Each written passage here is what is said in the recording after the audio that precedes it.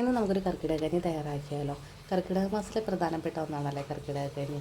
അപ്പോൾ അതിനെടുത്തിരിക്കുന്നത് ഞാൻ ഉണക്കലരി, അതിന് തുല്യം തന്നെ ഞവരരി, കുറച്ച് ഉലുവ.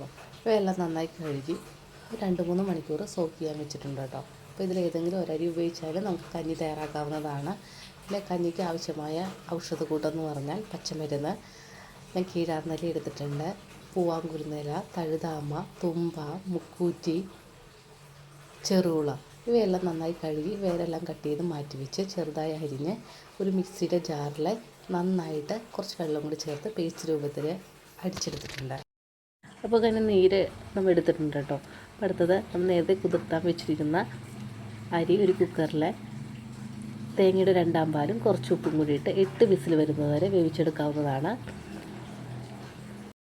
കഞ്ഞിയിലേക്ക് ചേർത്ത് കൊടുക്കുന്നത് ആശാളിയാണ് കേട്ടോ. ഇതൊരു അരിപ്പ് ഉപയോഗിച്ച് നന്നായി കഴുകിയതിന് ശേഷം കഞ്ഞിയിലേക്ക് ചേർത്ത് കൊടുക്കാവുന്നതാണ്. വളരെയധികം ഗുണങ്ങളുള്ള ഒന്നാണ് കേട്ടോ ഈ ആശാളി എന്നത്. വെള്ളവും കൂടി ചേർത്ത് കൊടുക്കാവുന്നതാണ്. പിന്നീട് നമ്മൾ ചേർത്ത് കൊടുക്കുന്നത് വട്ട എന്ന് പറയുന്ന കായാണ്.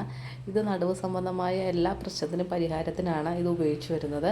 ഇതിങ്ങനെ ഒരു കല്ലെടുത്ത് നന്നായിട്ട് ചതച്ചിട്ട് ഇതിൻ്റെ പുറന്തോല് പൊളിച്ച് കളഞ്ഞ് അതിൻ്റെ ഉള്ളിലുള്ള കായാണ് ഉപയോഗിക്കുന്നത്. ഇതും ആശാളിയും കൂടി 2-3 വിസിൽ വരുന്നത് വരെ വേവിച്ചെടുക്കാവുന്നതാണ്. ഇത് ഓപ്പൺ ചെയ്തിട്ട് പച്ചമരുന്നിൻ്റെ നീര് കൂടി ഇതിലേക്ക് ഒഴിച്ചു കൊടുക്കാവുന്നതാണ്. അത് നമ്മുടെ ആവശ്യമനുസരിച്ച് ഒഴിച്ചു കൊടുക്കാവുന്നതാണ് കേട്ടോ. പിന്നെ മധുരത്തിന് വേണമെങ്കിൽ നമുക്ക് ശർക്കര ഉപയോഗിക്കാവുന്നതാണ്. ഇത് നന്നായിട്ട് മിക്സ് ചെയ്ത് നന്നായിട്ട് തിളപ്പിച്ച് കൊടുക്കണം.